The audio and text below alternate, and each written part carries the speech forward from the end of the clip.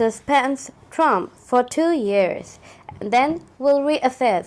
Facebook announced Friday that former President Donald Trump's accounts will be suspended for 2 years, freezing his presence on the social network until early 2023, following a finding that Trump stoked violence ahead of the deadly in Jan 6 insurrection at the Capitol.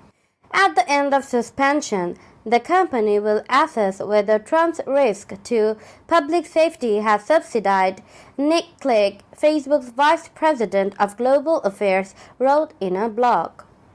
He said Facebook will take into account external factors such as instances of violence, restrictions on peaceful assembly, and other markers of civil unrest.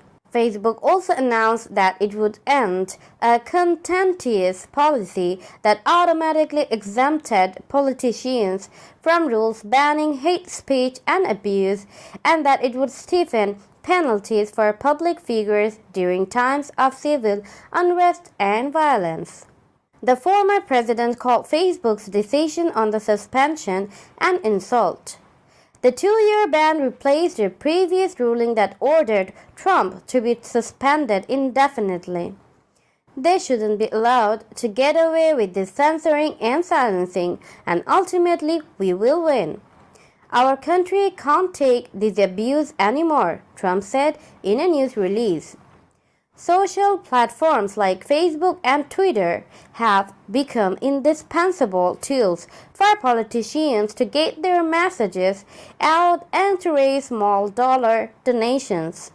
Without the megaphone of Twitter and the targeted fundraising appeals his campaign mustered on Facebook, Trump could be at a serious disadvantage relative to other politicians.